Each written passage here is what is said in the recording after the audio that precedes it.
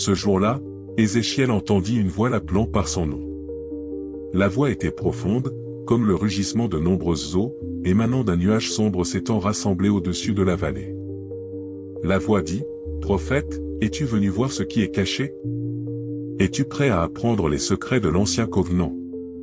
Les Anunnaki qui se tenaient devant lui n'étaient pas de simples géants. Leurs yeux brillaient d'un feu semblant traverser l'espace, et leur peau avait la couleur de l'obscurité du cosmos. Ézéchiel comprit qu'ils n'étaient pas simplement des anges déchus, comme il avait lu dans les Écritures saintes. Ils étaient des dieux anciens, enterrés dans les sables du temps et cachés aux yeux des mortels. Les Anunnaki prirent la parole. « Nous sommes ceux qui vous avons créés, dit l'un d'eux, sa voix résonnant à travers la vallée. Nous étions ici bien avant que vos ancêtres ne gardent leurs troupeaux, nous avons observé le monde tandis que vous grandissiez et évoluiez.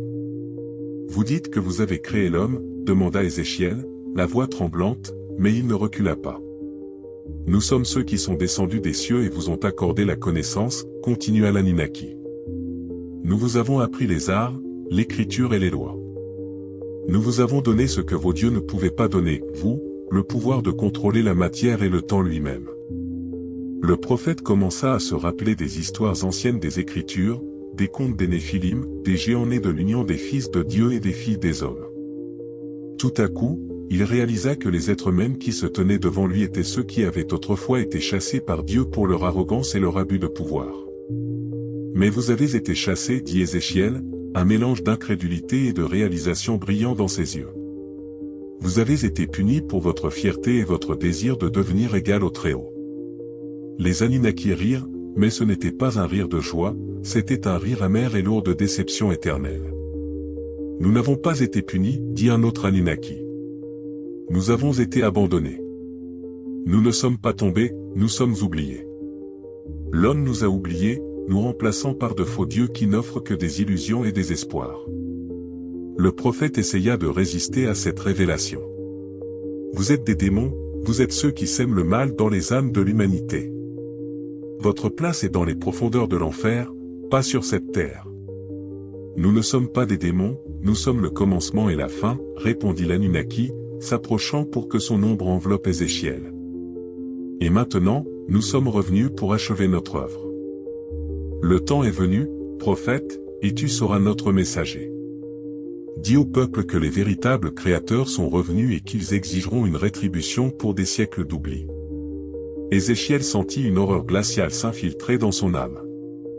Mais en ce moment, il se souvint des paroles du Seigneur qui lui avaient un jour été prononcées dans un rêve. Ne les crains pas, car je suis avec toi. Au fond de son cœur, il trouva la force de résister à l'obscurité.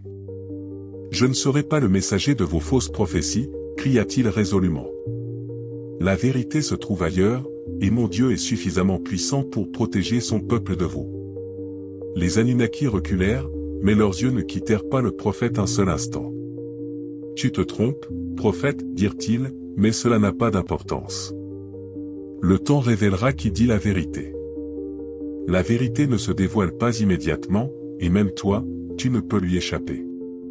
À cet instant, les cieux s'ouvrirent, et une lumière d'une puissance indescriptible illumina la vallée, faisant s'effondrer une fois de plus les ossements au sol. Les Anunnaki disparurent, mais leurs paroles sinistres résonnaient dans les oreilles d'Ézéchiel. Le prophète tomba à genoux, épuisé mais pas vaincu. Il savait que sa lutte contre les forces anciennes ne faisait que commencer, et que de nombreuses visions et épreuves l'attendaient. Mais dans son cœur brûlait la lumière de la foi, et il savait que Dieu était avec lui, le guidant sur ce chemin difficile. La justice prévaudra, murmura-t-il. Et même les secrets les plus anciens seront révélés devant la lumière de la vérité. Quand Ézéchiel retourna dans sa tente, le ciel nocturne avait déjà enveloppé la terre de son épais manteau obscur. Mais ses pensées étaient loin des préoccupations terrestres, alors que les voix de la vision qu'il venait d'expérimenter résonnaient dans son esprit.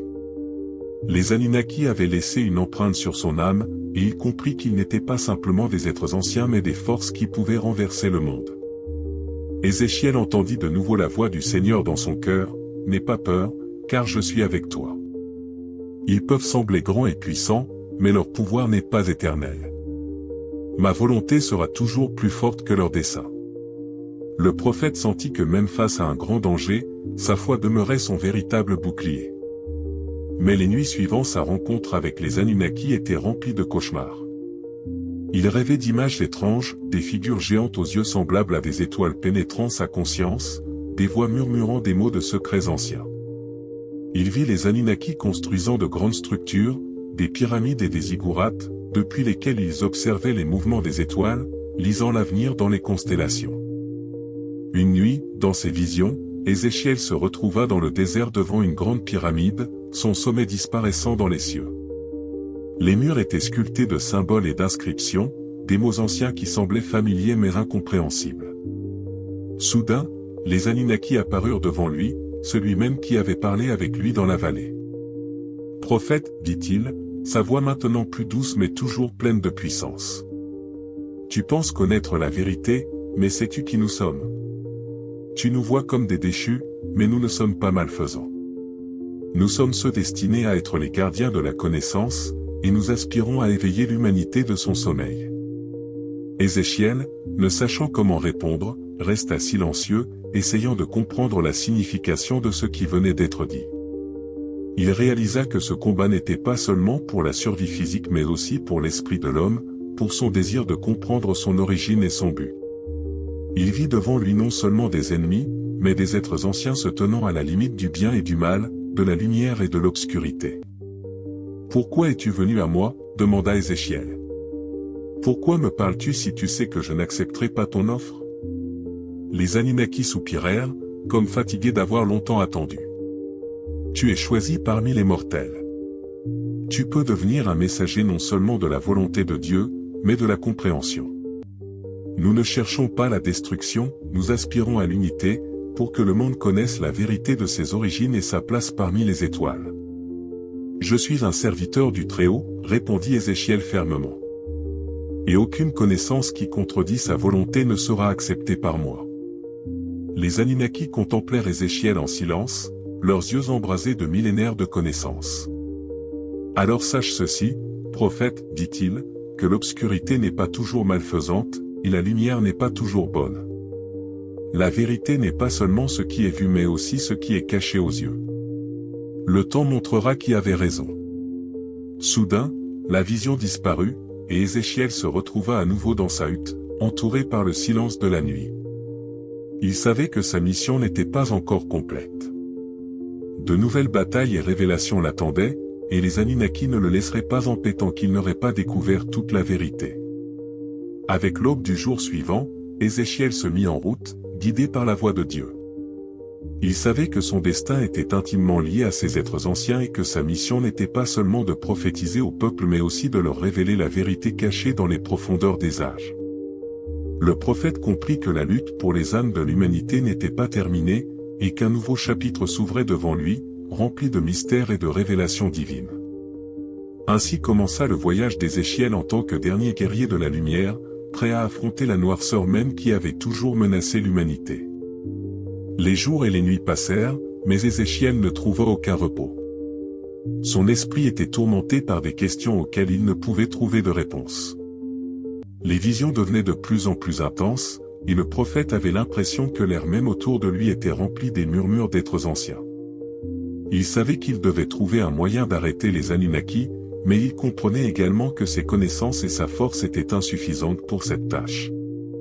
Une nuit, alors qu'Ézéchiel priait dans le désert, le ciel s'ouvrit à nouveau, et une lumière aveuglante illumina son visage. Mais cette fois, la voix n'était pas celle du Seigneur. C'était celle d'un autre être, ancien et puissant, bien plus sinistre que les Anunnaki. C'était une voix qui n'était ni bonne ni mauvaise mais qui représentait le pur pouvoir du savoir. « Ézéchiel, dit la voix, tu es au bord d'une grande révélation. Tu sais trop peu des forces en jeu dans ce monde. Il est temps pour toi d'apprendre la vérité sur la création et ceux qui gouvernent le destin de l'humanité. » Le prophète leva les yeux vers les cieux et vit les étoiles commencer à bouger, formant des motifs étranges et effrayants ressemblant à des symboles anciens. Ces symboles lui étaient familiers, il les avait vus sur les murs des temples sumériens et dans des visions qui lui étaient apparues la nuit. « Veux-tu connaître la vérité ?» continua la voix. « Sache que les Anunnaki ne sont pas simplement des êtres déchus ou des démons, comme tu l'as pensé. Ils sont les gardiens de la connaissance qui leur a été confiée par l'univers lui-même. Mais leur désir de régner sur les âmes humaines a éclipsé leur but original. Ézéchiel sentit la lumière l'envelopper, remplissant son esprit de nouvelles compréhensions. Il vit des visions de mondes anciens où les Anunnaki créaient des civilisations, offraient aux gens des technologies, et leur enseignaient à suivre les lois du cosmos. Mais il vit également comment la cupidité du pouvoir et la passion de domination conduisirent les Anunnaki à leur chute, à se battre entre eux, et à une schisme.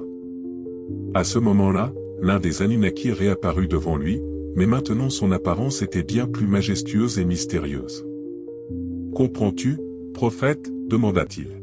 « Nous étions ceux qui avons rapporté la lumière de la connaissance à ton monde, mais les gens se sont détournés de nous, choisissant le chemin de l'ignorance. Nous avons été chassés mais non oubliés. »« Mais pourquoi désirez-vous le pouvoir sur les gens ?» demanda Ézéchiel, ressentant une lutte entre la foi et le doute dans son cœur. « Ne pouvez-vous pas utiliser votre connaissance pour le bien ?» Nous avons essayé, répondit l'Anunnaki avec tristesse dans les yeux. Mais les gens sont esclaves de leur passion et de leur peur. Ils utilisent la connaissance uniquement pour la destruction, pas pour la création. Nous voulons les réveiller de ce sommeil afin qu'ils se souviennent de qui ils sont vraiment. Ézéchiel réalisa que cette lutte n'était pas seulement un combat pour le pouvoir mais pour le destin de toute l'humanité. Il se tenait à la croisée des chemins entre la lumière et l'obscurité, entre la connaissance et l'ignorance, et seule sa foi pouvait le mener vers la vérité. Il comprit que son rôle de prophète n'était pas seulement de prophétiser sur les calamités futures mais aussi d'être un canal de la connaissance et du pouvoir qui pourrait changer le monde. « Ma foi est ma force », déclara Ézéchiel avec fermeté. « Et je ne vous laisserai pas manipuler les âmes des gens à des fins personnelles. La vérité appartient à tous, et aucune connaissance ne devrait être cachée. » L'Anunnaki restait immobile un moment, comme s'il pesait les mots du prophète. Puis, avec un soupir silencieux, l'aîné d'entre eux parla, « Tu as compris beaucoup de choses, prophète, et en cela réside ta force. Nous ne pouvons te forcer à nous servir, mais sache que le monde a déjà changé. Le temps de notre retour est venu, et l'humanité ne sera plus jamais la même. » Et à ce moment-là, alors que les mots des Anunnaki s'estompaient, Ézéchiel vit des étoiles nouvelles s'élever de l'obscurité, illuminant son chemin. Il comprit que la lutte contre des forces anciennes était loin d'être terminée, mais il savait aussi que sa mission n'était pas seulement de protéger les gens de ces forces, mais aussi de leur apprendre à utiliser la connaissance qui leur avait été cachée pendant des siècles. Ainsi se termina le premier chapitre de la grande confrontation entre le prophète et les anciens dieux. Mais quelque chose de plus grand l'attendait devant lui, un voyage vers la source même de la connaissance et de la sagesse qui pouvait changer le destin de toute l'humanité. Ézéchiel était prêt à relever ce défi, sachant que sa foi et son esprit le guideraient vers la lumière de la vérité. Ézéchiel se tenait à la frontière entre deux mondes, le monde des humains et le monde des forces anciennes cachées aux yeux mortels. Après sa rencontre avec les Anunnaki, il sentit que sa compréhension de l'univers avait été irrévocablement changée. Il ne pouvait pas simplement retourner à sa vie ordinaire de prophète, trop de choses étaient en jeu. La vérité qu'il avait apprise était trop grande pour rester oubliée. Dans son cœur, la conviction grandit que le destin de l'humanité dépendait non seulement de la foi mais aussi de la connaissance transmise des profondeurs du temps. Mais comment cette connaissance pouvait-elle être utilisée pour le bien si elle avait autrefois conduit à la destruction ? Ézéchiel ressentait que la réponse se trouvait quelque part au-delà de sa compréhension, et il devait entreprendre une quête pour ces réponses. Une nuit, alors qu'Ézéchiel était à genoux en prière, une vision se présenta à lui encore une fois. Il vit une ville ancienne et majestueuse, cachée parmi les montagnes, construite d'or et de pierres blanches. C'était une ville qu'il n'avait jamais vue de sa vie, pourtant des images des anciennes villes sumériennes Uruk, Eridu, Nippur émergèrent dans son cœur. Cependant, cette ville n'était pas simplement une ville de gens. Elle avait été créée par les Anunnaki pour leur propre dessein. Ézéchiel réalisa qu'il devait trouver cette ville, un dépôt de connaissances anciennes qui avait autrefois été octroyé à l'humanité. Il savait que, là, au sein des profondeurs de ces ruines, se trouvait un secret qui pouvait devenir la clé du salut de l'humanité. Mais il comprit aussi qu'il ne serait pas seul dans cette quête. Les Anunnaki ne lui permettraient pas simplement de prendre ce qu'ils avaient longtemps gardé. Le lendemain, Ézéchiel quitta son domicile et se mit en route. Les sables du désert étaient infinis, mais une foi brûlait dans son cœur qui guidait ses pas. Il traversa des rivières et des montagnes, contournant des villes et des villages, rencontrant aucun peuple capable de comprendre sa mission. Chaque soir, il priait pour la protection et la force, sachant qu'il était poursuivi par des forces invisibles. En chemin, d'étranges signes lui apparurent. Une fois, en traversant le désert, il vit un vol d'oiseaux s'élever dans le ciel, qui disparut soudainement dans les airs comme s'il n'avait jamais existé. Une autre fois, les pierres éparpillées sur son chemin commencèrent à briller d'une lumière bleue, comme si elles émettaient une énergie qui lui était inconnue. Tous ces signes étaient des présages d'une rencontre avec les Anunnaki. Il le surveillait, testant sa détermination. Après de nombreux jours d'errance, le prophète aperçut enfin devant lui l'ancienne ville de ses visions. Elle était cachée dans l'ombre de montagnes imposantes, comme si le temps l'avait abandonnée. De grandes colonnes et des tours s'élevaient au-dessus du sol, bien que leurs murs soient envahis de vignes et partiellement détruits. L'air était rempli de silence, brisé seulement par le vent soufflant à travers les arches anciennes. Ézéchiel s'approcha et ressentit une étrange puissance émaner de la ville elle-même. C'était un mélange de peur et de majesté, comme si la ville n'avait pas été abandonnée mais simplement dormait, attendant son heure. Alors que le prophète franchissait les portes, le silence devint soudainement oppressant, comme si l'air même résistait à sa présence. Marchant dans les rues de la ville, il vit des fresques et des reliefs représentant des figures majestueuses des Anunnaki offrant le feu et l'eau, les métiers et la connaissance à l'humanité. Mais avec le temps, les scènes devenaient plus sombres, des gens en esclavage, des villes détruites par le feu, et les Anunnaki se tenant au-dessus des foules avec des visages pleins de froide majesté. Ézéchiel savait que quelque part dans le cœur de cette ville se trouvait la clé du mystère. Il passa devant un temple, au sommet duquel se tenait une statue dorée d'un dieu tenant un rouleau. Mais le prophète sentit que son chemin menait plus profondément, dans les catacombes sous le temple, dans les entrailles même de ce monde ancien. Descendant dans le sous-sol, il vit que les murs des tunnels étaient couverts de symboles anciens, lui rappelant les écrits qu'il avait vus dans ses visions. La lumière de la torche pénétrait à peine l'obscurité, et plus il descendait, plus il ressentait la présence de quelque chose ou de quelqu'un. Et puis, au bout du tunnel, une vaste salle s'ouvrit devant lui, et au centre de cette salle, sur un piédestal, se tenait un artefact mystérieux, un rouleau entouré d'une lueur bleue. Ézéchiel s'approcha, et soudain, il ressentit une pression lourde sur ses épaules, comme si l'air même autour de lui s'était épaissi. Devant lui apparut une figure, un Anunnaki majestueux en armure dorée. Son visage était dépourvu d'émotion, et ses yeux brillaient d'une lumière froide. « Prophète, dit-il, tu es venu de loin pour atteindre cette vérité. Mais es-tu prêt pour cela? La vérité que tu cherches changera tout. Elle brisera ce que tes ancêtres croyaient et ouvrira la porte à un nouveau monde. » Ézéchiel leva les yeux, prêt à accepter n'importe quelle réponse. « Je suis ici pour apprendre ce qui est caché. Ma foi est plus forte que la peur. Je suis prêt. » L'Anunnaki hocha la tête et leva sa main, et le rouleau se déroula soudainement. Une lumière bleue jaillit de celui-ci, enveloppant le prophète, et à ce moment-là, Ézéchiel vit devant lui d'innombrables étoiles, planètes et univers. Il vit comment les Anunnaki créaient et détruisaient des mondes, comment ils vinrent sur Terre pour conférer la connaissance à l'humanité, et comment ils furent rejetés. Il comprit que l'humanité avait été créée non seulement à partir de la poussière de la Terre mais aussi à partir de poussière d'étoiles, et que les Anunnaki n'étaient qu'une partie d'un plan plus grand qui les dépassait. La vérité est que chaque choix fait par l'humanité affecte son avenir, dit l'Anunnaki. Vous pouvez soit rendre cette connaissance aux gens, soit leur permettre de rester dans l'ignorance. Mais sachez qu'avec une grande connaissance vient une grande responsabilité. Le prophète réalisait que la vérité qu'il avait tant recherchée n'était pas seulement dans le rouleau ou dans les mots des Anunnaki. Elle était dans les choix faits, la décision de ce qui devait être fait pour le bénéfice de l'humanité. Ézéchiel se tenait dans la salle souterraine, remplie d'une lumière bleue mystérieuse.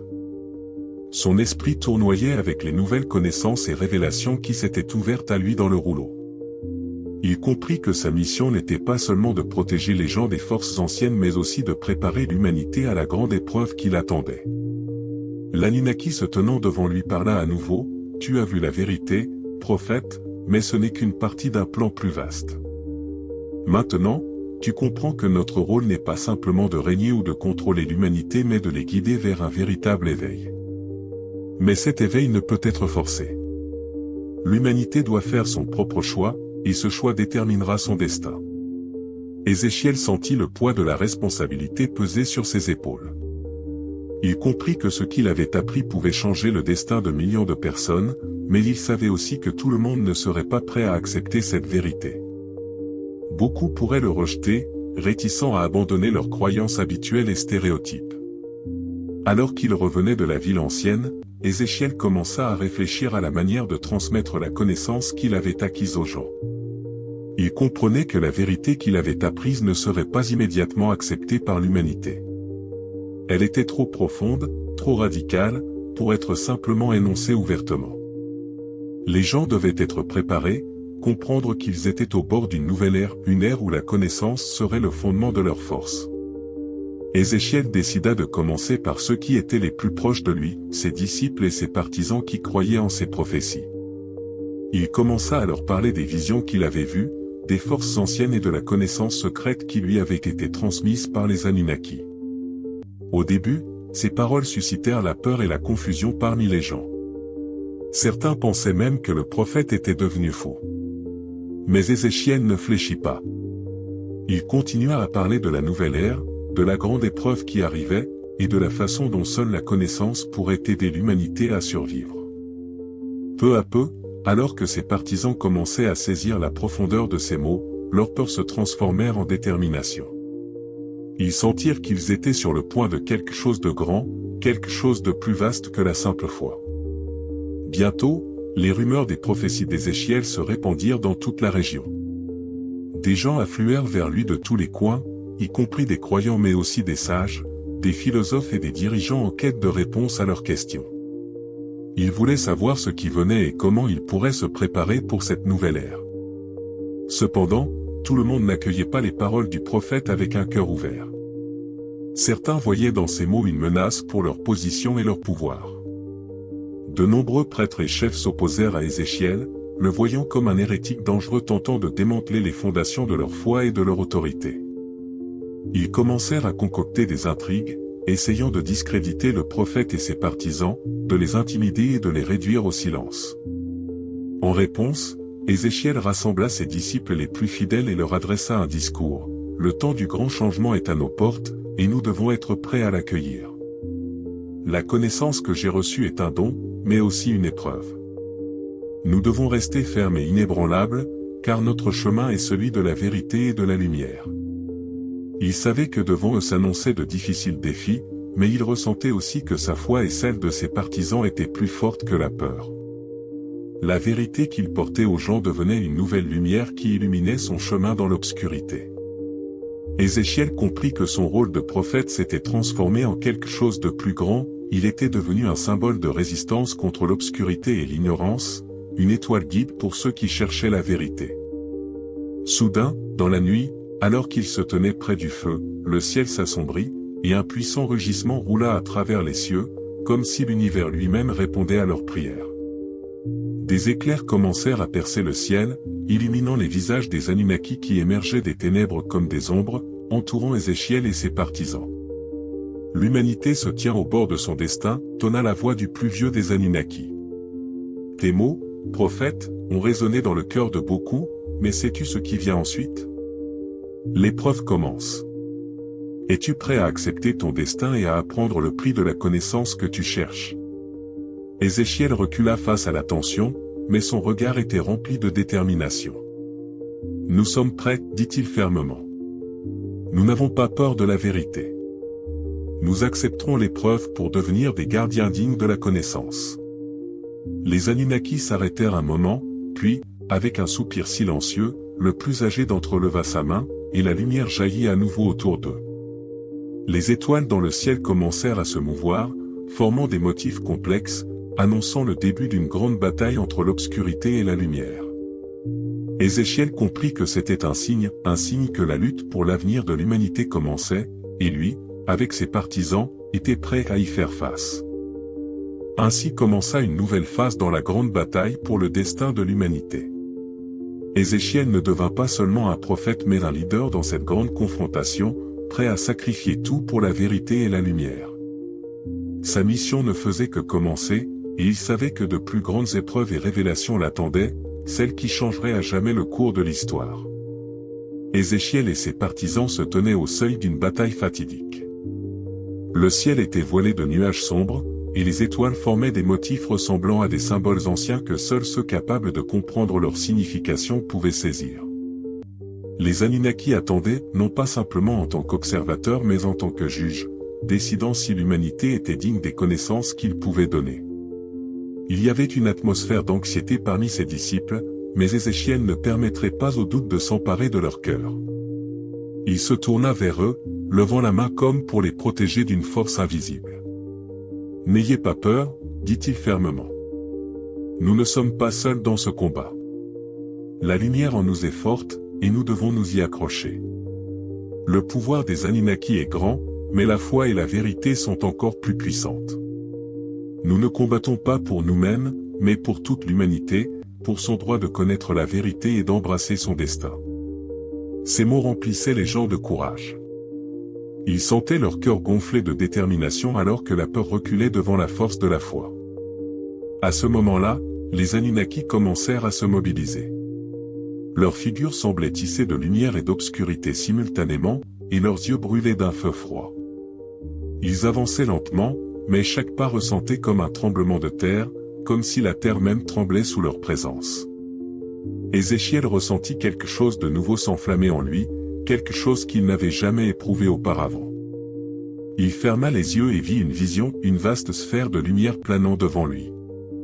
Cette lumière semblait incarner la sagesse et le pouvoir qu'il avait recherché toute sa vie.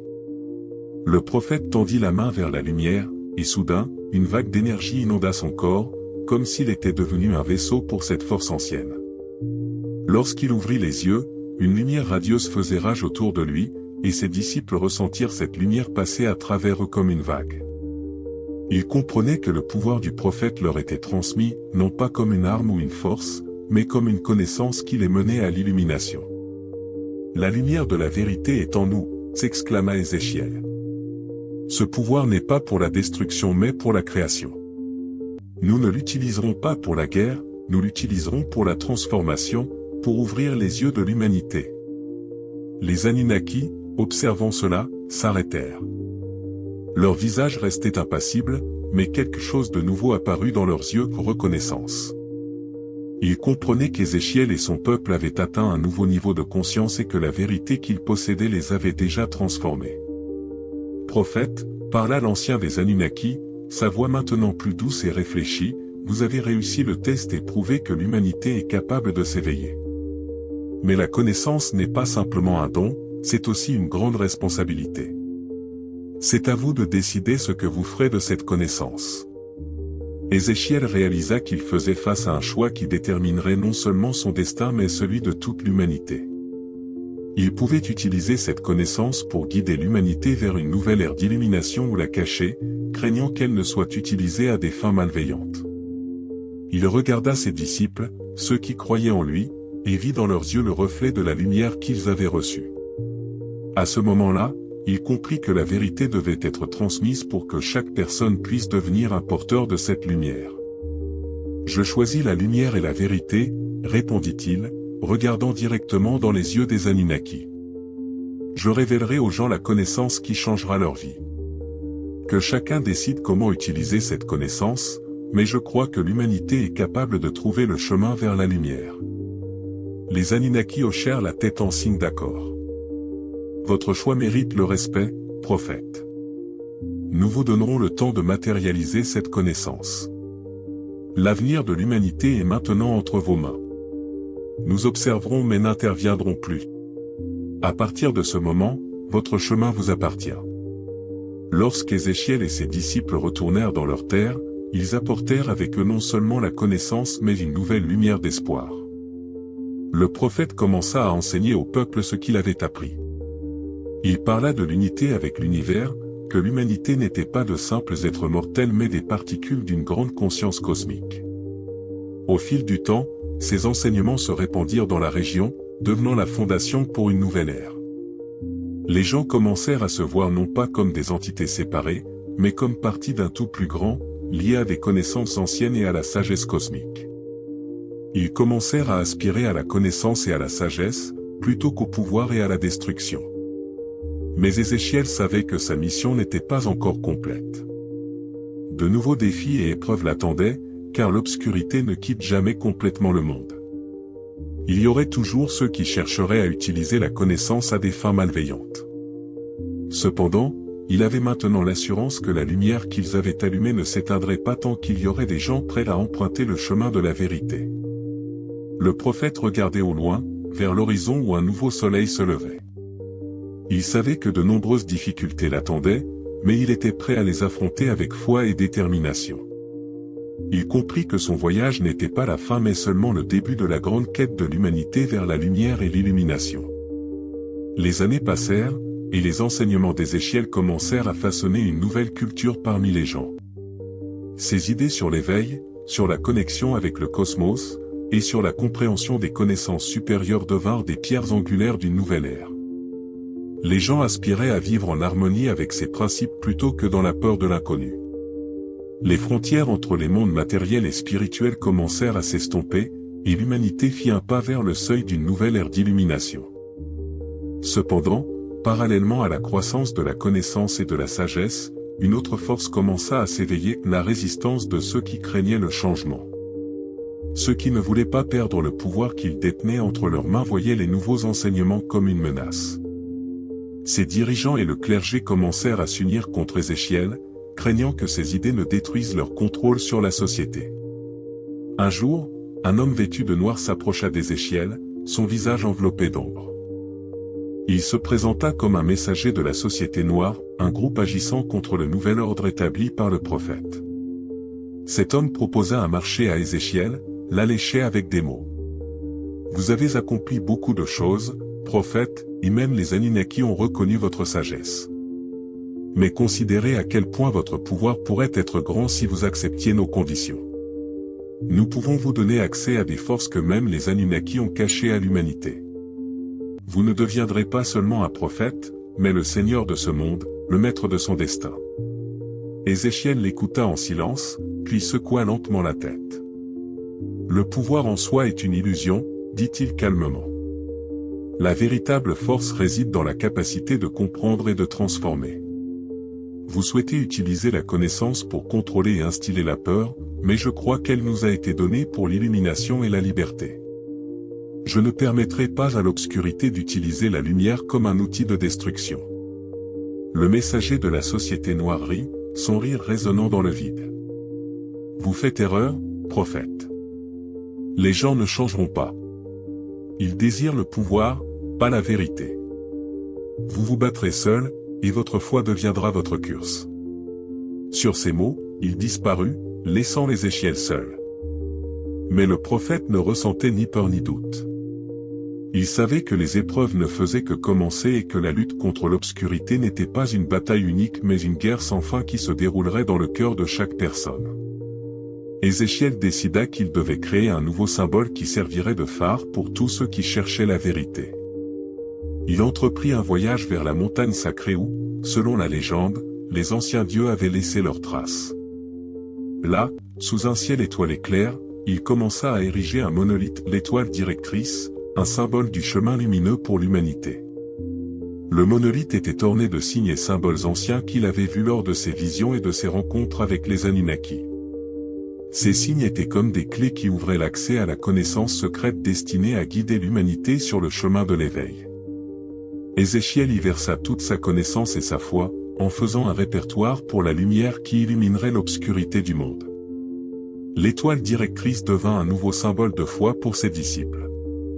Elle irradiait une lumière visible même dans la nuit la plus noire, montrant le chemin à ceux qui cherchaient la vérité. Les gens venaient au monolithe pour prier, méditer et chercher des réponses à leurs questions. La lumière de cette étoile devint non seulement un symbole d'espoir mais aussi un défi pour ceux qui s'opposaient à la nouvelle connaissance. Mais bientôt, ce qu'Ézéchiel craignait commença à se dérouler. La société noire lança ses attaques. Ils répandirent des rumeurs selon lesquelles Ézéchiel était un faux prophète, que ses enseignements étaient de l'hérésie, et que l'étoile directrice était une invention diabolique devant être détruite. Ils cherchèrent à instiller la peur et la haine dans le cœur des gens, utilisant tous les moyens possibles pour les égarer. Le jour où la société noire décida d'attaquer le monolithe, Ézéchiel et ses disciples se rassemblèrent autour de lui. Ils se tenaient par la main, formant un cercle de lumière entourant l'étoile directrice.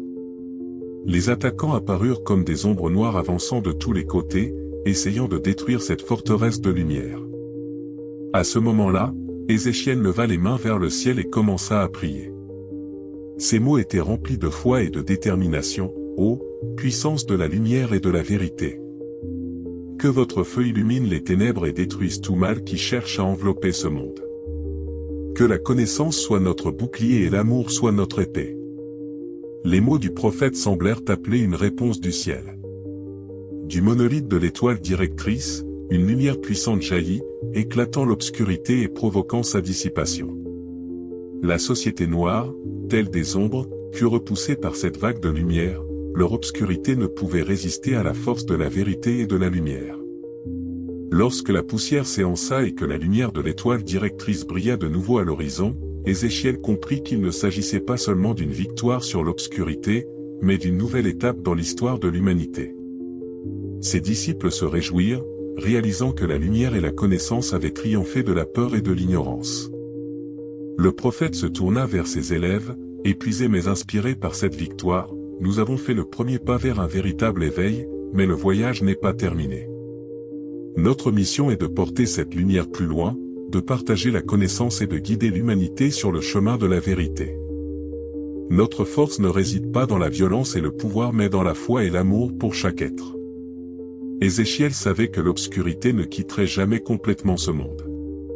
Elle chercherait toujours à revenir pour tester la force de la lumière. Mais maintenant, l'humanité avait une réponse. Maintenant, ils avaient l'étoile directrice, un symbole que la lumière dans chaque cœur pouvait surmonter n'importe quelle obscurité, si seulement on y croyait. Et avec cette connaissance, Ézéchiel avança, laissant derrière lui un héritage qui ne serait jamais oublié, un héritage de lumière, de vérité et un grand éveil qui changea à jamais l'humanité. Après la bataille contre la société noire, la lumière de l'étoile directrice s'étendit à travers toutes les terres, atteignant même ces coins du monde où l'obscurité avait autrefois régné en maître. Les enseignements d'Ézéchiel ne devenaient pas seulement une philosophie mais une nouvelle réalité pour les gens. Ses disciples, se faisant appeler les gardiens de la lumière, commencèrent à parcourir le monde, apportant connaissance et sagesse aux endroits où l'obscurité n'avait pas encore reculé. Chaque gardien portait dans son cœur la flamme de l'étoile directrice. Ils n'étaient pas simplement des élèves d'Ézéchiel mais des incarnations vivantes de ses enseignements, de sa force et de sa foi. Leur objectif était simple, aider les gens à voir la lumière de la vérité, leur enseigner à débloquer leur potentiel intérieur, et à utiliser la connaissance ancienne pour le bien de toute l'humanité. Un jour, alors qu'Ézéchiel se tenait au pied de l'étoile directrice, les Anunnaki lui apparurent de nouveau. Cette fois, ils ne semblaient pas être des juges ou des testeurs, mais plutôt des alliés, prêts à partager leurs connaissances. « Prophète, dit l'ancien parmi eux, sa voix désormais pleine de respect et de sagesse, vous avez prouvé que l'humanité est capable de tant plus. Mais nous sommes venus non seulement pour rendre hommage. Il existe une ancienne prophétie qui stipule qu'à l'avenir, l'obscurité reviendra sous une forme plus puissante que jamais. L'humanité devra non seulement la force de la lumière mais également une compréhension de la magie et de la science ancienne pour y faire face. » Ézéchiel écouta attentivement, comprenant que son chemin était encore loin d'être achevé. Il réalisa que la connaissance qu'ils avaient acquise jusqu'ici n'était que le début. La véritable force réside dans la compréhension des lois cosmiques qui régissent le monde et le destin de tous les êtres. Il savait qu'il devait préparer ses disciples à un nouveau défi qui viendrait des profondeurs de l'univers. À la suggestion des Anunnaki, Ézéchiel décida de créer des temples de la connaissance, des lieux où les gens pourraient étudier les écrits anciens, la magie cosmique et les sciences transmises par des puissances supérieures. Ces temples devinrent des centres d'apprentissage et de méditation, où chacun pouvait accéder aux secrets de l'univers et débloquer ses capacités intérieures. Ézéchiel rassembla les meilleurs savants, philosophes et maîtres de son époque pour aider à transmettre la connaissance aux générations futures. Dans les temples de la connaissance, des recherches furent entreprises dans des domaines tels que l'astronomie, l'alchimie, la médecine, et d'autres sciences qui pouvaient aider les gens à mieux comprendre eux-mêmes et le monde qui les entourait. Ceux qui venaient à ces temples devenaient partie d'un grand mouvement pour l'illumination et le réveil spirituel. Pourtant, même parmi ces étudiants, il y avait ceux qui doutaient que la lumière puisse exister sans l'obscurité. Certains commencèrent à étudier non seulement la magie de la lumière mais aussi les forces obscures, cherchant à trouver un équilibre entre ces deux extrêmes. Ils croyaient que la compréhension complète du monde était impossible sans explorer les deux côtés de la réalité. Ce groupe d'étudiants devint connu sous le nom d'Union de la lumière et de l'obscurité. Ils ne cherchaient pas la destruction mais aspiraient à utiliser le pouvoir de l'obscurité en harmonie avec la lumière, croyant que la véritable force résidait dans l'équilibre entre les opposés. Les alliés comprenaient que, bien que l'obscurité puisse être dangereuse, elle portait également des leçons et des connaissances qui pouvaient aider à éviter de futures erreurs. Ézéchiel observait les études de ses élèves avec prudence, mais aussi avec espoir. Il croyait que si ses étudiants pouvaient maîtriser et diriger les forces obscures pour le bien, ce serait un pas important vers la création d'un monde où la lumière et l'obscurité pourraient coexister en équilibre. Avant sa mort, Ézéchiel rassembla tous ses élèves et les gardiens de la lumière sous l'étoile guidante. Il sentait que son temps sur Terre touchait à sa fin, mais ses visions de l'avenir demeuraient claires et puissantes. Il savait que même après son départ, son travail devait se poursuivre, et que l'humanité ferait encore face à de nombreuses épreuves. Souvenez-vous, dit-il en regardant ses disciples, la lumière et l'obscurité lutteront toujours dans ce monde, mais cela ne signifie pas que l'obscurité doit être notre ennemi. Elle n'est qu'une ombre de la lumière qui réside en chacun de nous. Votre devoir est de préserver le savoir et de l'utiliser avec sagesse. Nous devons non seulement nous opposer à l'obscurité mais aussi la comprendre, afin de pouvoir en faire notre allié. Ces paroles devinrent le dernier testament pour ses élèves. Après le départ d'Ézéchiel, l'étoile guidante continua de briller, devenant un symbole non seulement de ses enseignements, mais de la quête éternelle de l'humanité pour la connaissance et l'illumination. Les gens conservèrent la lumière de sa sagesse dans leur cœur et la transmirent de génération en génération, préparant l'avenir à faire face à de nouveaux défis et aux mystères de l'univers. Avec le temps, le nom d'Ézéchiel devint légende, mais ses enseignements continuèrent de vivre dans le cœur de ceux qui croyaient en la puissance de la lumière et de la vérité. Les temples du savoir se répandirent à travers le monde, et à l'intérieur d'eux, de nouvelles générations de gardiens se préparèrent à faire face à toute obscurité que l'avenir pourrait apporter. Ainsi s'acheva le voyage d'Ézéchiel, le prophète de la lumière, qui montra à l'humanité que la véritable force réside non pas dans le pouvoir ou la peur, mais dans la connaissance, la foi et une quête inébranlable de la vérité. Des siècles passèrent, et l'héritage d'Ézéchiel évolua en un puissant mouvement connu sous le nom d'Âge des Lumières. Les temples du savoir, fondés par le prophète, devinrent des centres de grandes découvertes et de discussions philosophiques. Inspirés par les enseignements d'Ézéchiel, les gens inventèrent de nouvelles technologies basées sur la magie ancienne et la science des Anunnaki, menant à un avancement sans précédent de la civilisation. Cependant, aux côtés de cette floraison de connaissances et de compréhension, une nouvelle menace émergea. À l'horizon apparut quelque chose que les anciens prophètes et les Anunnaki avaient prédit comme étant le grand retour de l'obscurité. Cette force était bien plus puissante et insidieuse que tous les ennemis précédents. Elle ne cherchait pas à détruire directement la lumière mais visait à saper les cœurs des gens de l'intérieur, semant le doute et la discorde parmi les gardiens de la lumière. Au milieu de l'âge des Lumières, les cieux s'ouvrirent, et une anomalie mystérieuse connue sous le nom de Grande Tempête apparut. Cette tempête cosmique était liée à des forces anciennes cachées dans les profondeurs de l'univers, et de nombreux sages croyaient qu'elle avait été convoquée par des pouvoirs sombres pour briser l'harmonie et l'unité de l'humanité. L'influence de la tempête était si vaste que de nombreux gardiens de la lumière se trouvèrent perdus. Certains, cédant à la pression, tombèrent sous la tentation de l'obscurité. Ces chercheurs perdus, comme on en vint à les appeler, commencèrent à explorer la magie noire, espérant secrètement acquérir suffisamment de force pour combattre le chaos imminent. Mais plus ils approfondissaient l'étude des arts sombres, plus ils devenaient des marionnettes des forces mêmes contre lesquelles ils luttaient. Ézéchiel, bien qu'il ne fût plus parmi les vivants, rêvait de ses élèves. Il voyait l'obscurité s'insinuer lentement dans leur cœur, comment le doute et la peur prenaient le pas sur ceux qui étaient censés défendre la lumière. Son héritage était au bord de la destruction, et même l'étoile guidante, qui avait brillé pendant de nombreux siècles, vacillait maintenant comme si elle ne pouvait plus supporter la menace imminente. À ce moment-là, lorsque tout semblait perdu, un nouveau leader émergea. Une jeune femme nommée Léa, descendante de l'un des premiers disciples d'Ézéchiel, se leva pour unir les gardiens de la lumière. Elle était dotée d'une rare capacité, le pouvoir de voir l'avenir et de ressentir les cœurs des gens. Ses visions étaient remplies d'images d'Ézéchiel, guidant ses pas. Léa proclama un nouvel appel à l'unité. Elle affirma que la prophétie ancienne vivait toujours et que le monde avait besoin non seulement de protection contre l'obscurité mais aussi de la compréhension que la lumière et l'obscurité étaient deux faces d'une même pièce. Selon elle, chaque personne devait embrasser ces deux aspects de sa nature, apprenant à les utiliser en harmonie plutôt qu'en conflit. Elle rassembla autour d'elle ceux qui croyaient en sa vision, ceux prêts à se battre pour la lumière, même en comprenant que l'obscurité n'était pas un ennemi mais une partie d'eux-mêmes. Sous son leadership, les gardiens de la lumière et même certains des chercheurs perdus s'unirent pour forger une nouvelle alliance, prêts à faire face à toute menace, peu importe sa puissance.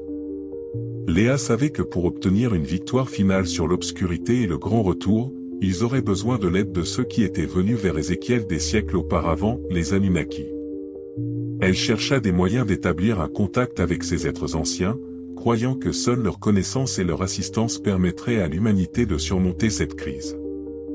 Après de longues recherches et des voyages, Léa et ses compagnons trouvèrent un artefact ancien supposé être la clé des portes du monde des Anunnaki.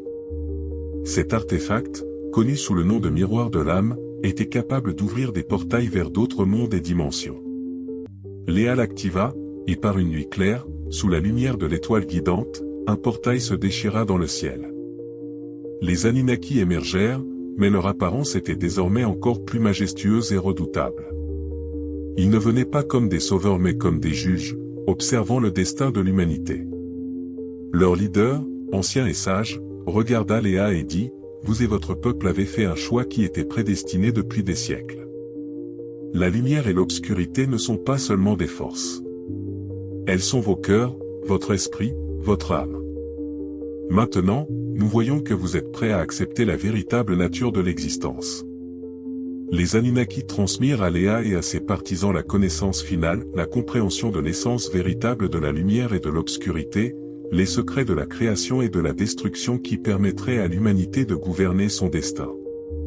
Ils expliquèrent que l'obscurité ne disparaîtrait jamais complètement, mais que si les gens apprenaient à l'utiliser comme une source de force plutôt que comme un ennemi, ils pourraient atteindre l'harmonie et l'équilibre. Avec cette nouvelle connaissance, Léa et ses compagnons commencèrent à transformer le monde. Les halls du savoir devinrent encore plus puissants, leurs portes ouvertes à tous ceux qui cherchaient la vérité. L'étoile guidante brilla de nouveau avec un nouvel élan, symbolisant que même dans les temps les plus sombres, il y a toujours un chemin vers la lumière. L'héritage d'Ézéchiel passa à une nouvelle génération, mais son esprit continuait de vivre dans chaque gardien de la lumière, dans chaque chercheur de vérité, dans chaque personne s'efforçant d'acquérir la connaissance et l'illumination. Léa savait que la bataille ne serait jamais terminée, mais que l'humanité possédait désormais non seulement la force mais aussi la sagesse pour affronter toute ombre, quelle que soit sa grandeur. Et là résidait le dernier testament d'Ézéchiel, la lumière et l'obscurité sont deux fils d'un destin unique. Ce n'est qu'ensemble qu'elles peuvent créer quelque chose de grand, et ce n'est qu'ensemble qu'elles peuvent mener à un véritable éveil. Léa, désormais symbole du nouveau mouvement, continua de guider les gardiens de la lumière sur le chemin de l'illumination et de l'harmonie. Avec son aide, les halls du savoir devinrent des centres non seulement pour l'étude de la lumière mais aussi pour la compréhension de l'obscurité. Ici, les gens apprenaient à maîtriser les deux forces pour le bien, créant de puissants sorts et technologies qui leur permettaient de voir le monde sous différents angles. Mais tout le monde ne partageait pas ce chemin. Certains des chercheurs perdus, qui rejetaient Léa et sa vision, s'unirent sous la bannière du Conseil des Ténèbres. Ils croyaient que c'était uniquement par le pouvoir absolu et le contrôle qu'ils pourraient combattre les grandes forces menaçant l'humanité. Leur leader, doté d'un savoir sombre, se leva contre Léa, affirmant que la lumière était trop douce pour combattre la vérité. Cette faction commença à rassembler des forces dans l'ombre, planifiant un soulèvement contre les gardiens de la lumière. À ce moment-là, alors que le monde était au bord du conflit, les observateurs apparurent à l'horizon, des êtres d'autres dimensions qui étaient venus témoigner des événements qui se déroulaient sur Terre. Ils étaient mystérieux et invisibles, mais Léa pouvait sentir leur présence. Les observateurs représentaient une race puissante qui gagnait en force en observant l'évolution d'autres mondes. Leur intérêt pour l'humanité était à la fois positif et négatif. Un jour, alors que Léa méditait sous la lumière de l'étoile guidante, un des observateurs décida de sortir de l'ombre. Il prit la forme d'un homme, ses yeux brillant d'une lumière froide. « Toi, Léa, dit-il, es à un carrefour. Ton choix déterminera non seulement le destin de ce monde mais de bien d'autres. Je suis venu te mettre en garde contre l'obscurité imminente dont tu n'es pas encore consciente. » Léa, sentant que cet observateur disait la vérité, demanda ce qui menaçait exactement l'humanité.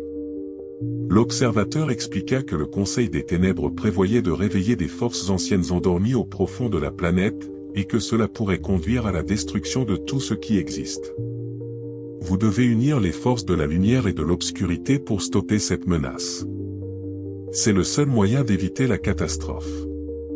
Apprenant les plans du Conseil des Ténèbres, Léa rassembla ses partisans et les gardiens de la lumière. Ils convinrent qu'il était temps d'agir. La bataille entre la lumière et l'obscurité approchait, et chaque jour devenait de plus en plus tendue.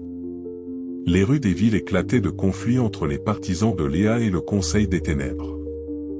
Chaque camp rassembla des alliés, Léa utilisa sa connaissance de la lumière pour créer des sorts qui amélioraient la connexion spirituelle entre les gens, tandis que le Conseil des Ténèbres employait des rituels sombres pour éveiller les forces anciennes.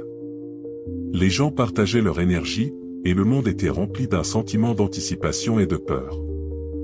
Durant cette période, Léa comprit que la seule chose qui pouvait unir ses partisans, voire certains chercheurs, était la compréhension que la lumière et l'obscurité pouvaient coexister. Elle décida d'organiser une réunion entre les partisans de la lumière et de l'obscurité dans une tentative d'empêcher une rupture complète. Lors de la réunion au hall du savoir, Léa appela les deux camps à faire preuve d'ouverture et à engager un dialogue. Elle savait que le chemin vers la paix serait difficile, mais croyait que seule par la compréhension et l'effort collectif une véritable harmonie pouvait être atteinte. Nous nous battons tous pour un même objectif, la protection de notre monde. Nous devons apprendre à nous respecter les uns les autres et à comprendre que la lumière et l'obscurité sont deux pôles d'une force unique, dit-elle. Au début, les disputes et la méfiance prévalaient parmi les présents, mais progressivement ces paroles commencèrent à atteindre les cœurs même de ceux remplis de haine. Léa continuait de partager ses visions, décrivant comment la lumière et l'obscurité pouvaient s'unir pour créer quelque chose de grand. Elle montra comment ces forces opéraient vraiment dans la nature et chez l'humanité. Inspirés par ces mots, certains membres du Conseil des Ténèbres commencèrent à douter de leur méthode. Ils commencèrent à réaliser que leur quête de pouvoir n'intensifiait que la haine et la division. Au fil du temps, grâce aux efforts de Léa, un consensus fut atteint, et les deux côtés décidèrent de s'unir temporairement pour faire face à la menace imminente. Ensemble, ils se préparèrent pour la bataille finale contre les forces anciennes éveillées par le Conseil des Ténèbres. Léa savait que les forces qu'ils allaient affronter seraient bien plus puissantes que ce qu'ils pouvaient imaginer. À chaque minute qui passait, l'obscurité approchait, et la lumière s'éteignait lentement. Quand le moment de la bataille arriva, les armées de la lumière et de l'obscurité fusionnèrent en une seule. Ils combinèrent leurs pouvoirs, créant des sorts magiques capables d'arrêter l'ennemi. Le ciel éclata en tempête, et les forces anciennes éveillées par le Conseil des Ténèbres commencèrent à émerger de leur profondeur. La bataille éclata avec une force incroyable. Des vagues magiques surgirent des deux côtés, et tout autour était rempli de rage et de puissance. Léa, se tenant au milieu de ce chaos, utilisa ses capacités pour fusionner lumière et obscurité, créant un sort puissant. C'était une fusion complexe, pleine d'énergie et d'intention, conçue pour stopper tout ce mal qui avait surgi des profondeurs de la terre. Au moment où Léa prononça l'incantation, la lumière et l'obscurité fusionnèrent en un puissant flux d'énergie. À cet instant, le monde retint son souffle. Les forces anciennes éveillées de leur sommeil furent finalement vaincues. L'obscurité ne disparut pas, mais elle fut contrôlée, servant désormais non pas comme un ennemi, mais comme un allié. Après la bataille, le monde commença à changer. Léa et ses compagnons comprirent que dans la victoire, lumière et obscurité devaient rester en équilibre. L'humanité apprit à utiliser ses forces pour le bien, et les halls du savoir devinrent des lieux où les aspects brillants et sombres de la magie étaient étudiés. Une nouvelle ère d'illumination et de compréhension commença. L'humanité devint plus sage, réalisant que l'obscurité ne pouvait jamais être complètement éliminée. Elle, comme la lumière, faisait partie de leur existence, et seuls en harmonie pouvaient-ils atteindre une véritable prospérité. Léa, désormais New Prophet, prit la responsabilité d'enseigner aux générations futures. Elle continuait de partager la sagesse révélée à elle, inspirant les gens à explorer à la fois la lumière et l'obscurité. Elle savait que dans leur unité résidait la force, et que l'avenir dépendrait de leur capacité à trouver l'équilibre. Avec chaque jour qui passait, le monde devenait de plus en plus diversifié et complexe. Les gardiens de la lumière se répandirent à travers le monde, portant leurs enseignements sur l'unité. Dans chaque culture et sur chaque continent, de nouveaux halls du savoir s'élevèrent, où les gens pouvaient explorer tant la magie de la lumière que les mystères de l'obscurité. Léa continuait de travailler à la création d'un monde où chacun pourrait venir comprendre que lumière et obscurité pouvaient coexister et s'enrichir mutuellement. Elle savait que le chemin serait long, mais son cœur était rempli d'espoir. Avec chaque nouvelle génération et chaque nouvel étudiant entrant dans les halls du savoir, elle sentait que le rêve de l'harmonie et de l'unité se rapprochait de plus en plus. Lumière et obscurité, deux ennemis éternels, devinrent amis dans ce nouveau monde. Tous apprirent qu'une fois qu'ils avaient embrassé les deux côtés de leur essence, ils devenaient plus forts, plus sages et prêts à relever n'importe quel défi. Léa regardait souvent l'étoile guidante, comprenant que son héritage vivrait dans le cœur de ceux qui cherchent la vérité. Elle savait que la bataille entre la lumière et l'obscurité ne finirait jamais, mais elle croyait que l'humanité était prête à affronter n'importe quelle obscurité avec des cœurs ouverts pleins de lumière. De nombreuses années passèrent depuis que Léa unifia la lumière et l'obscurité dans une grande bataille. La terre changea, et ses habitants changèrent avec elle. Les halls du savoir se transformèrent en centres non seulement pour la magie mais aussi pour la science, où les chercheurs cherchaient des réponses à des questions restées sans réponse pendant des siècles. Les gens devinrent plus ouverts aux idées et aux cultures d'autrui, et une nouvelle ère de compréhension et de coopération se profilait à l'horizon. Cependant, Léa savait que le changement n'était pas toujours fluide. Malgré l'harmonie commune, les derniers partisans du Conseil des Ténèbres n'avaient pas disparu sans laisser de traces. Certains se cachaient dans l'ombre, mécontents du fait que leur quête de pouvoir avait été contrecarrée. Léa et ses partisans devaient rester vigilants pour empêcher toute tentative de démanteler l'équilibre atteint. Un jour, Léa sentit l'obscurité descendante sur le monde. Des rumeurs surgissaient selon lesquelles le Conseil des Ténèbres avait commencé à se rassembler à nouveau, collectant les vestiges de leur pouvoir. Ils cherchaient des artefacts anciens pour éveiller des forces enfermées dans les profondeurs souterraines et reprendre le contrôle du monde. Sachant que cela pourrait conduire à une catastrophe, Léa rassembla ses proches alliés pour discuter des moyens de prévenir une nouvelle menace. À ce moment-là, un des observateurs, que Léa se souvenait comme son premier allié, se joignit à eux. Son visage était d'une gravité sérieuse. « Nous sommes venus pour te prévenir », commença-t-il. « Les forces obscures que vous croyez vaincues se réveillent à nouveau. Ils ont commencé à chercher d'anciens artefacts pour reprendre leur pouvoir. Vous devez unir vos forces et restaurer vos défenses. » Léa et son équipe savaient que pour protéger le monde, ils avaient besoin d'explorer leurs racines pour trouver des artefacts anciens qui pourraient renforcer leur magie. Ils entreprirent un voyage à travers le pays, explorant des temples anciens et des cités perdues où des reliques du passé pourraient se trouver. Le voyage fut plein d'épreuves et de dangers. Chaque endroit qu'ils atteignaient détenait ses secrets et était gardé par des êtres puissants qui testaient leur loyauté et leur bravoure. Léa et ses partisans apprirent sur les traditions anciennes, comment la magie brillait dans l'obscurité, et comment l'obscurité pouvait être utilisée pour protéger la lumière. Un jour, dans un ancien temple, ils découvrirent un artefact connu sous le nom de cristal de l'unité. Il avait été créé comme un symbole de l'union de la lumière et de l'obscurité et possédait une puissance énergétique puissante. Grâce à lui, ils purent créer un champ de protection autour des halls du savoir et améliorer leurs capacités magiques. Pendant ce temps, le Conseil des Ténèbres se rassemblait dans des endroits secrets, planifiant leurs actions. Leur leader, doté d'une nouvelle connaissance sombre, avait soif de vengeance. Il comprit que les forces de la lumière étaient désormais bien plus fortes qu'auparavant, et décida d'employer ces tactiques rusées pour saper la confiance des gens dans Léa et son équipe. Ils commencèrent à répandre des rumeurs selon lesquelles Léa et ses alliés étaient devenus trop puissants, menaçant la liberté des gens. Cela éveilla la discorde et la peur parmi certains habitants, qui commencèrent à douter des véritables intentions des gardiens de la lumière. Lorsque Léa apprit les plans du Conseil des Ténèbres, elle réalisa qu'il devait agir rapidement. Avec son équipe, elle décida de découvrir qui était derrière cette désinformation et qui était le véritable ennemi. Ils s'aventurèrent au cœur du repère de l'ennemi, où les membres du Conseil des Ténèbres se rassemblaient. Léa sentit qu'elle devait confronter leur leader en face à face. C'était dangereux, mais elle savait que c'était le seul moyen d'arrêter les intentions destructrices du Conseil des Ténèbres. Lorsqu'ils arrivèrent aux forteresses de l'ennemi, Léa découvrit que son ancien connaissance, un ancien chercheur, était parmi eux. Il était devenu puissant, doté de magie sombre, et maintenant nourrissait de la haine envers tout ce qui était lié à la lumière. Il la rencontra avec mépris et amertume, affirmant que la lumière l'avait brisée.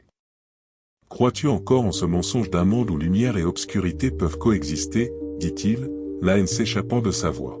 « J'ai fini par comprendre que seule l'obscurité peut donner le pouvoir. » Léa essaie de le rejoindre, mais il était aveuglé par la haine. Leur dialogue se transforma en un conflit qui symbolisait une lutte plus large, le combat entre les idéaux de la lumière et de l'obscurité. La bataille qui éclata n'était pas seulement physique mais aussi idéologique. Léa utilisa toutes ses compétences pour l'arrêter, mais il continua à se battre, rempli de fureur. Chaque coup, chaque sort reflétait leurs vues opposées du monde. Entre-temps, l'équipe de Léa se battait contre d'autres membres du Conseil sombre, s'assurant qu'aucun d'entre eux n'intervienne dans leur combat. La lumière et l'obscurité s'entrelacèrent, générant des vagues magiques qui reflétaient l'essence de leur lutte. C'était une bataille pour leur vie et pour l'avenir. Lorsque Léa prit finalement l'avantage, elle sentit une étincelle de compassion s'enflammer dans son cœur. Elle comprit que cet ancien chercheur avait été son ami, et que son ombre était le résultat de la peur et de la perte. « Nous pouvons changer le monde si tu me laisses t'aider, » dit-elle, sa voix pleine de sincérité. « Je ne suis pas l'ennemi, et je ne peux pas me permettre de te perdre. Nous souffrons tous, et seulement ensemble pouvons-nous trouver un chemin. » À sa grande surprise, une lueur d'espoir scintilla dans les yeux de l'ancien chercheur. Pendant un moment, il hésita, son épée tremblant dans ses mains. Léa sentit qu'il luttait contre ses démons intérieurs, et elle savait que c'était leur unique chance. « Regarde autour de toi », continua-t-elle. « La lumière et l'obscurité peuvent coexister. Je ne suis pas venu avec une épée mais avec de l'espoir. Accepte cela. Nous pouvons ramener la paix si tu crois en nous. » Et à ce moment-là, alors que la lumière et l'obscurité s'entrechoquaient, il put voir sa sincérité. Il abaissa son épée et, en larmes, se tourna vers elle. « J'étais aveugle. Je pensais que le pouvoir résidait uniquement dans l'obscurité, mais maintenant je vois que ce n'est pas le cas. » Avec ce nouvel entendement, Léa et l'ancien chercheur purent unir leurs forces et arrêter le Conseil sombre. Ensemble, ils montrèrent à tous que la lumière et l'obscurité pouvaient travailler ensemble, créant une nouvelle réalité.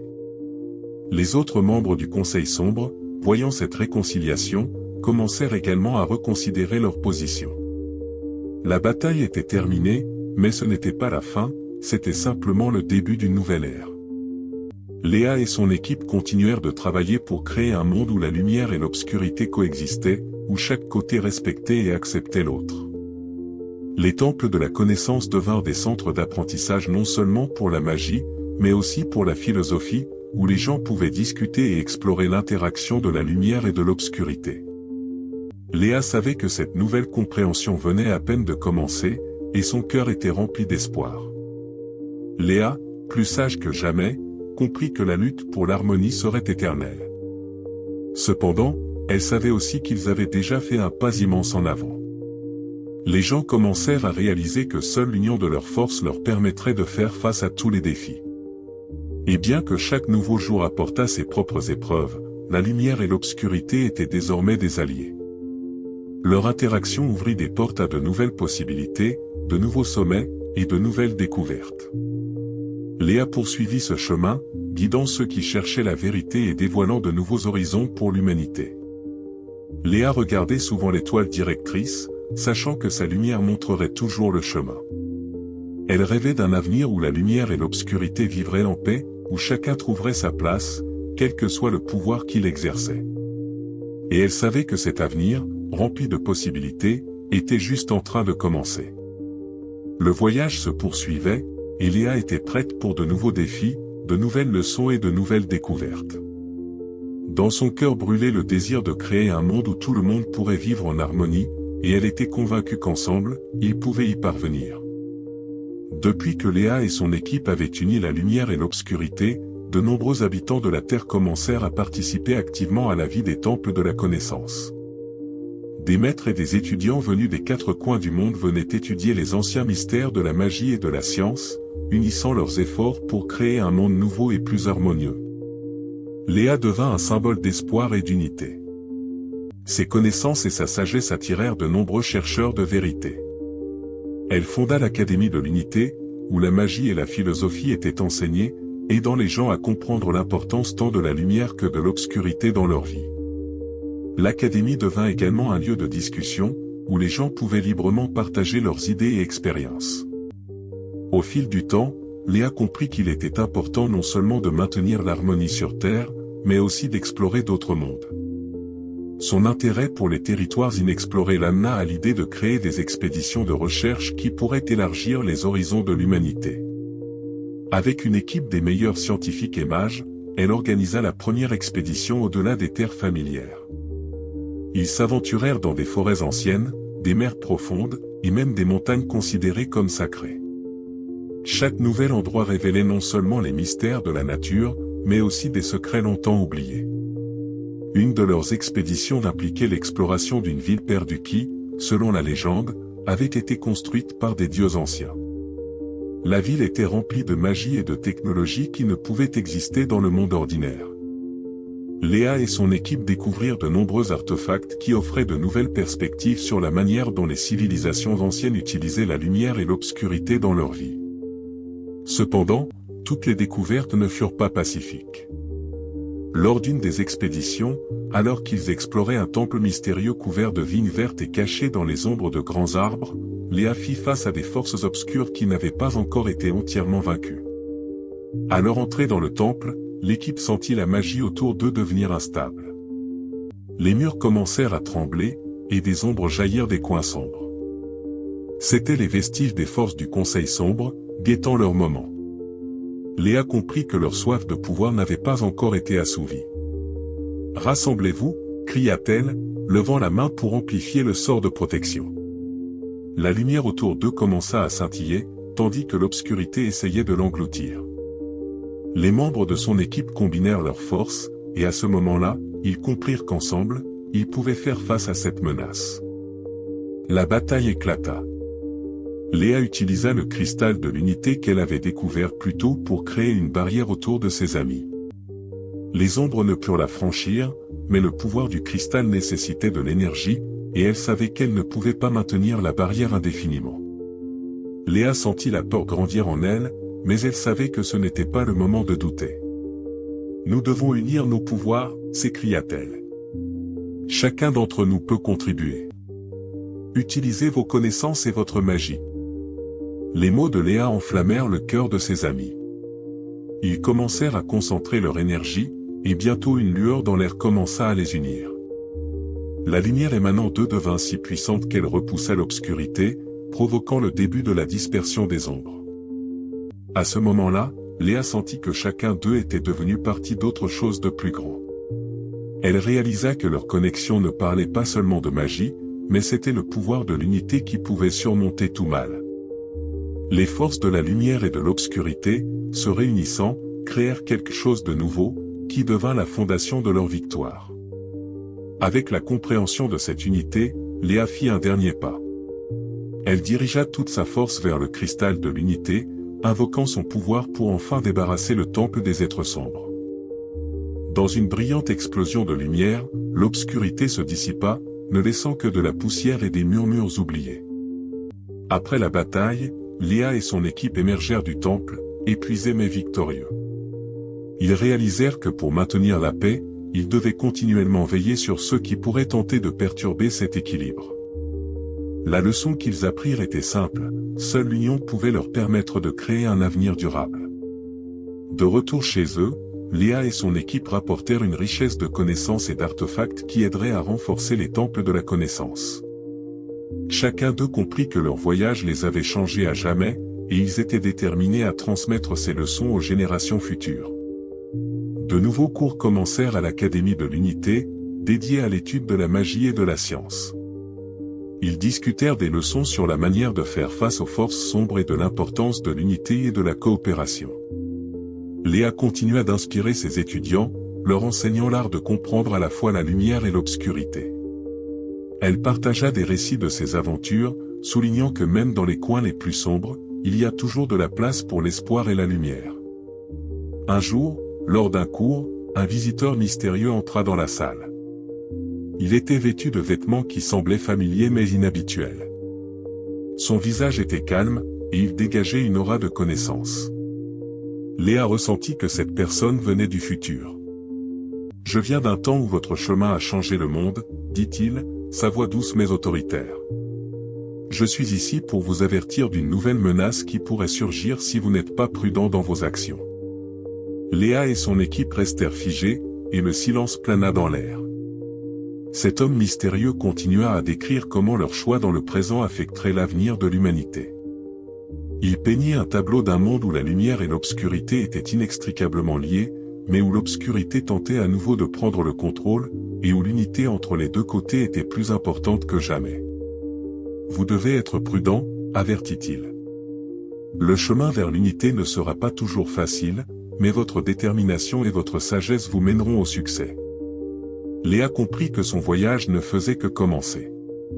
Elle savait que de nouveaux défis et découvertes les attendaient. Elle rassembla ses étudiants et raconta ce qui s'était passé, les exhortant à être ouverts à de nouvelles connaissances et à respecter à la fois la lumière et l'obscurité. À partir de ce moment, l'Académie de l'Unité devint non seulement un lieu d'apprentissage, mais aussi un centre d'exploration de l'avenir. Léa et son équipe cherchèrent activement de nouvelles manières d'interagir et de coopérer pour préserver l'équilibre et prévenir toute menace. Et ainsi, chaque nouveau jour, Léa et ses étudiants poursuivirent leur voyage, sachant que leur dévouement aux idéaux de la lumière et de l'obscurité rendrait le monde meilleur. Ils devenaient des gardiens non seulement de leur terre mais de toute l'humanité, protégeant les connaissances et la sagesse qui leur avaient été transmises. Et bien que l'avenir inconnu les attendait, Léa savait qu'avec foi en elle-même et en l'unité de ceux qui les entouraient, ils pouvaient faire face à toutes les menaces. Le voyage sans fin se poursuivait, et ils étaient prêts à le rencontrer avec des cœurs ouverts. Les années passèrent depuis que Léa et son équipe avaient confronté avec succès les forces sombres dans le temple. L'Académie de l'Unité continua à prospérer, attirant des étudiants du monde entier. Cependant, lors des nuits tranquilles, lorsque les étoiles brillaient le plus, Léa ressentait parfois que les forces sombres qu'ils avaient cru vaincues erraient encore sur la terre. Un jour, en étudiant des textes anciens, Léa découvrit une mention de la convergence ancienne, un rituel qui pouvait unir le pouvoir de la lumière et de l'obscurité, créant un nouveau départ pour le monde. Cependant, ce pouvoir était également lié à d'anciennes entités qui pouvaient être dangereuses à réveiller. Rassemblant son équipe, Léa partagea ses découvertes. Nous devons explorer cette convergence. Si elle existe vraiment, cela pourrait être notre chance de créer un monde où la lumière et l'obscurité vivent en pleine harmonie, déclara-t-elle, remplie de détermination. Son équipe la soutint, désireuse de percer les mystères qui pourraient changer leur monde. Suivant les instructions des textes anciens, Léa et son équipe partirent vers des régions lointaines où, selon la légende, se trouvait la clé de la convergence ancienne. Ils voyagèrent à travers des forêts denses, des montagnes élevées, et des déserts vastes, affrontant de nombreux défis en chemin. Dans l'un des déserts, ils tombèrent sur un ancien temple, recouvert de sable et de légendes oubliées. Le temple était gardé par des êtres qui ne pouvaient être que des légendes eux-mêmes, des esprits représentant l'incarnation de la lumière et des ténèbres. Nous sommes venus à la recherche de connaissances sur l'ancienne union, dit Léa, levant les mains dans un geste de paix. Les esprits échangèrent des regards à travers leur corps translucide, comme s'ils évaluaient ces mots. La connaissance est à la fois un don et un fardeau. Votre détermination sera mise à l'épreuve, répondit l'un des esprits. Subissez l'épreuve, et vous obtiendrez ce que vous cherchez. Souvenez-vous, il y a de la puissance dans l'harmonie, mais de la destruction dans l'imprécaution. Léa et son équipe acceptèrent de faire face à l'épreuve.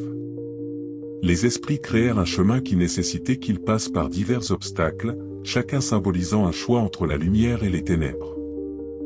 La première épreuve était un test de courage. Léa devait affronter la manifestation de sa plus grande peur, formée de ténèbres. Elle vit une vision dans laquelle tous ses proches étaient en grave danger. Léa utilisa sa magie et le pouvoir de l'unité pour surmonter cette peur, s'assurant que ses amis étaient là pour la soutenir. La deuxième épreuve était un test de sagesse.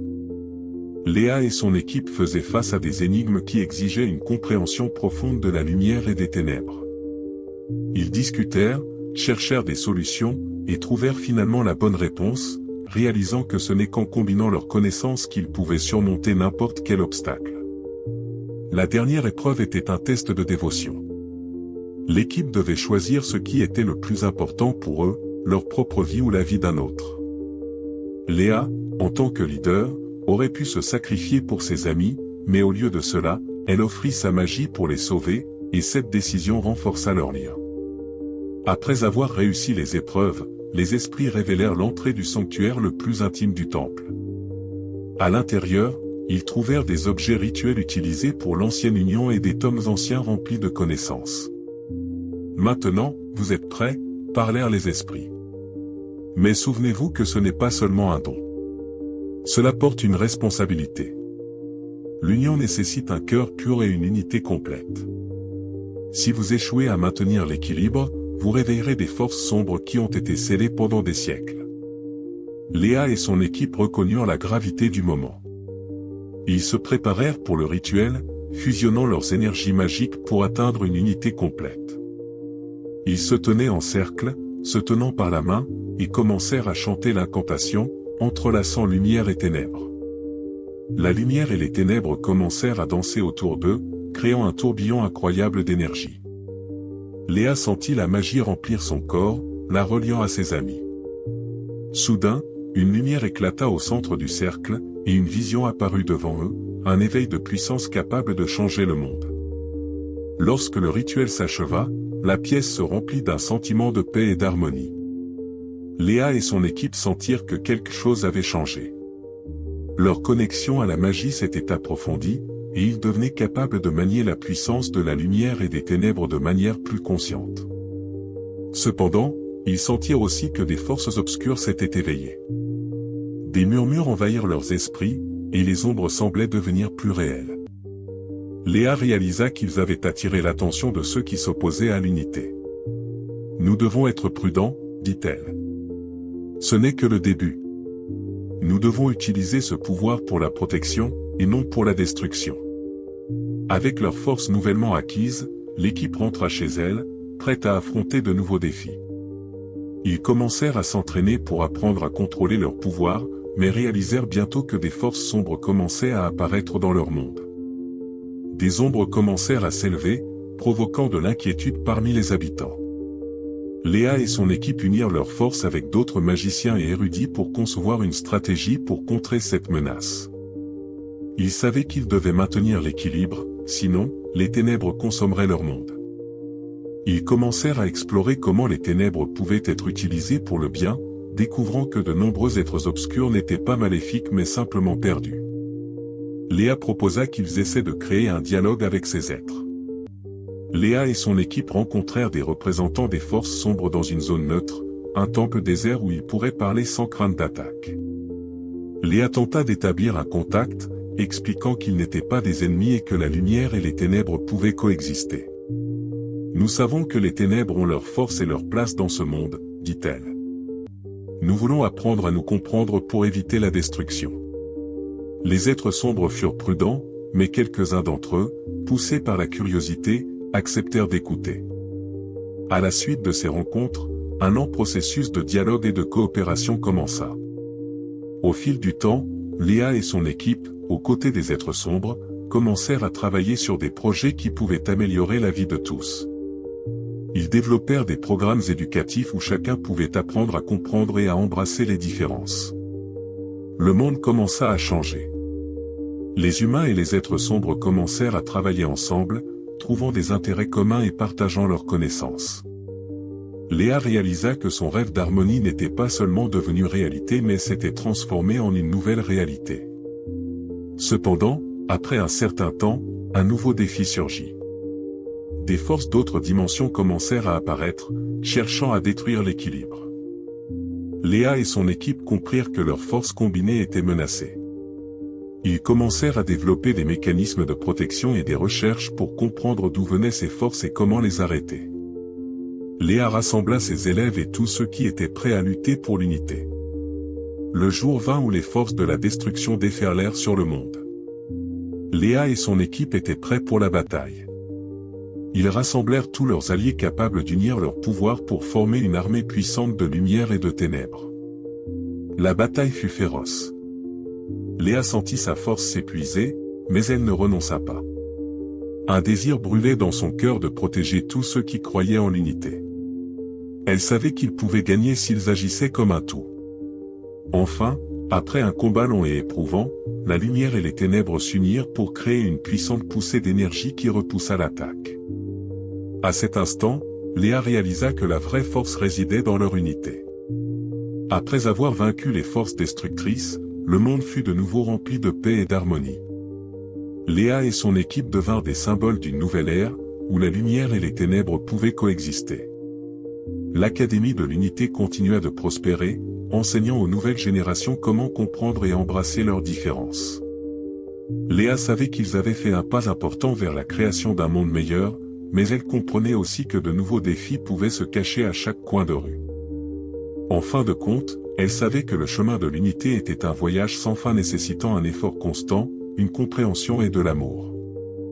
Et bien que l'avenir demeurât incertain, elle était prête à l'affronter avec un cœur ouvert et la foi en la lumière qui éclairerait toujours leur chemin. Des années passèrent après la victoire sur les forces sombres, et le monde avait effectivement changé. Léa, désormais reconnue comme la leader de l'Académie de l'Unité, observait fièrement ses élèves, qui apprenaient non seulement la magie, mais aussi l'art de la diplomatie, de la compréhension et de la compassion. À l'Académie, des séminaires étaient organisés chaque semaine où des êtres lumineux et sombres apprenaient ensemble, partageant leurs connaissances et leurs expériences. L'existence de conflits anciens entre lumière et ténèbres était devenue simplement une partie de leur histoire, une leçon transmise à travers les générations. Léa, reconnaissant l'importance de maintenir l'équilibre, commença également à explorer des manières d'utiliser la magie pour la protection de la nature et la restauration des écosystèmes qui avaient souffert en raison des conflits. Avec ses étudiants, elle fonda le projet « Pont Vert », visant à restaurer des terres endommagées par les guerres et à créer un environnement où les humains et les êtres pouvaient coexister en harmonie. Un soir tranquille, Léa se réunit avec son équipe pour discuter de l'avenir de l'Académie. Ils se tenaient au sommet d'une colline surplombant les terres qu'ils avaient autrefois défendues. Le soleil se couchait, peignant le ciel de teintes dorées et pourpres, créant une atmosphère de paix et de tranquillité.